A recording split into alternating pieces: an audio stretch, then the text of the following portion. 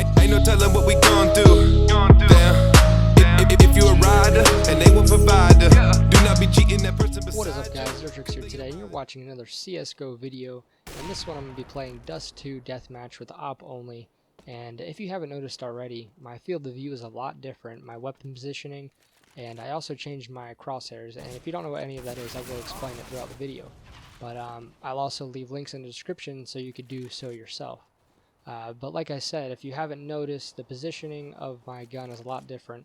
I have it more centered out rather than to the right as it would be default. And I'll explain to you what benefits that will have. And I also have my positioning of my weapon further out in front of me. My field of view is a lot different than it was before. And I do have new crosshairs, like I said, but you can't really see those because I'm using the op for the majority of this game, probably the whole game. But the crosshairs, getting new crosshairs will definitely have a huge impact on your accuracy and your overall performance. For example, I've changed to a less widespread crosshair to where the defaults are a little bit more widespread, and it's a little bit more difficult to get a precision headshot or one taps with, and it's a little bit more difficult at a range to get their head kind of centered up in that crosshair. So I recommend something that has sort of like a dot in the middle and has the less widespread crosshairs. The crosshairs are brought in a little bit more.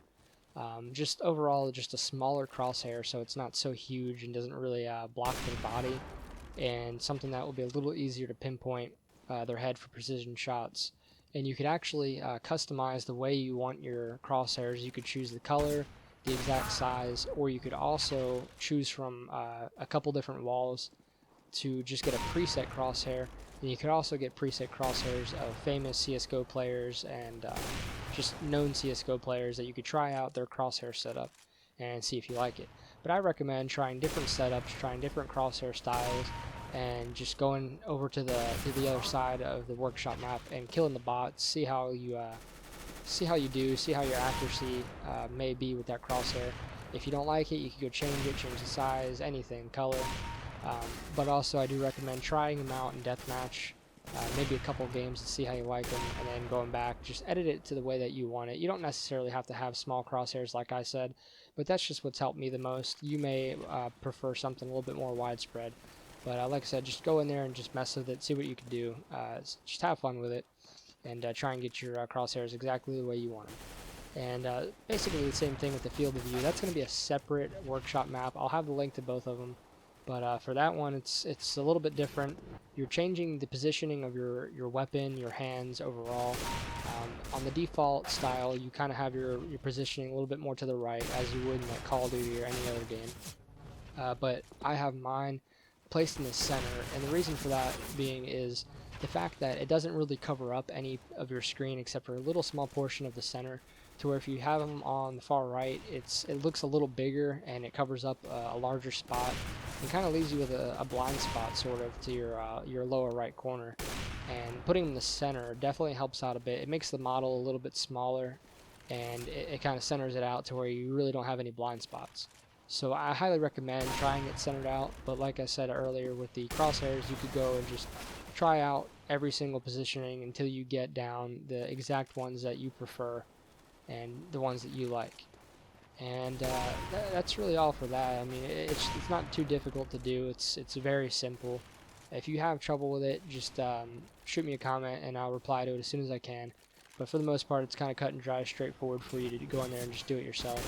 And as soon as you click that link in the description, it should automatically subscribe to the workshop map, and it should automatically place it in your workshop map list.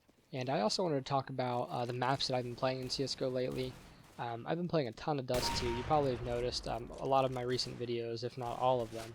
But it's definitely something I'm trying to stray away from so you guys don't get bored of just Dust 24/7. But it's going to take me a little bit longer to get content if I'm playing the other maps. I'm not too familiar with those.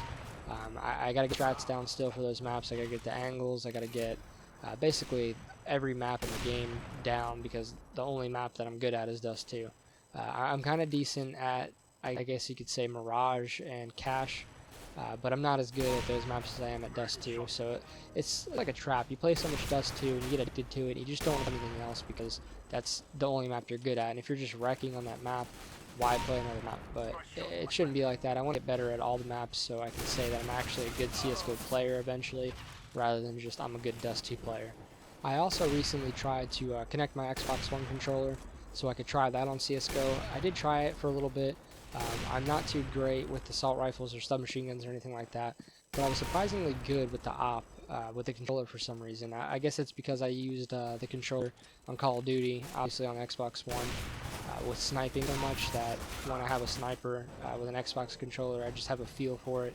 I don't know, but it was weird because it just clicked instantly, and I was getting kill after kill after kill in deathmatch when I used the controller. But in this gameplay, I'm not using a controller, I'm using keyboard. But I'm 10 times better with an op when I'm using the controller. But it's something I don't want to form a habit of, so I'm not going to really use it anymore. I might try it a couple times competitive because I haven't used it in competitive. I'm kind of curious to see how well I would do with an op in competitive with the controller. But it's not going to be something that I use permanently. But that's about it, guys. I don't want to commentate this whole video. I hope you enjoy the rest of the gameplay, and I hope you enjoyed this video. I hope I helped you out, for those of you that don't know about the field of view and the crosshair changing. But just check that description and just mess around with those workshop maps and see what you could do with those. And let me know how it goes. If you need help, just let me know. And don't forget to comment, like, subscribe, and I'll see you guys in the next one. Till then, this has been Zertrix, and I'm out.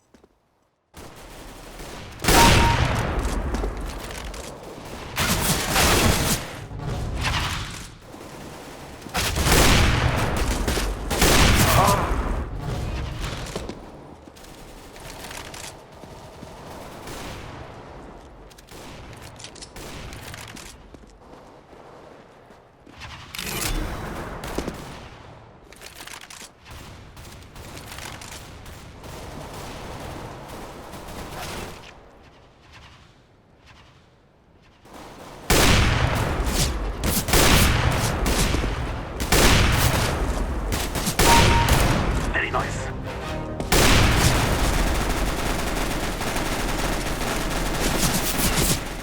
That's a waste.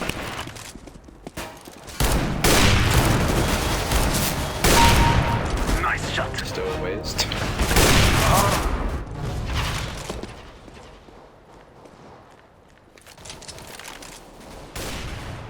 I just recommend don't get stat track.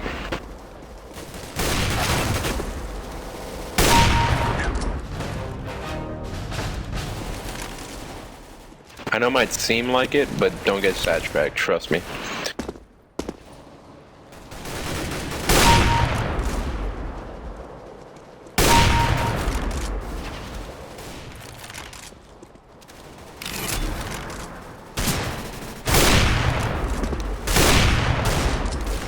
No, skins doesn't fucking matter. I'm just saying knife.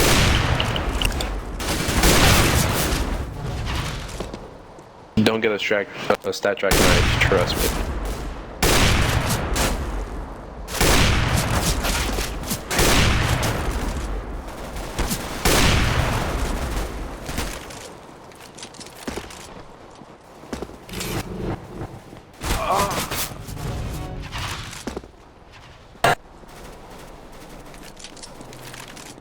Wait, you're gonna buy it from the market? Oh, okay, that's okay.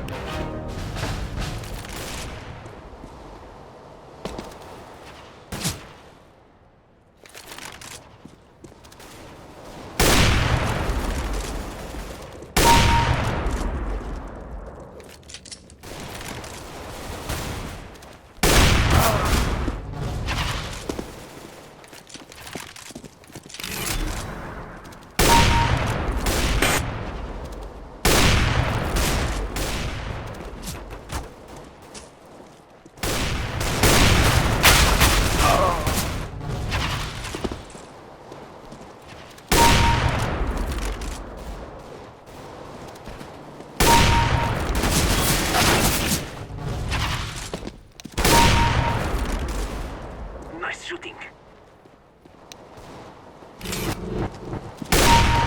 That sounds so wrong.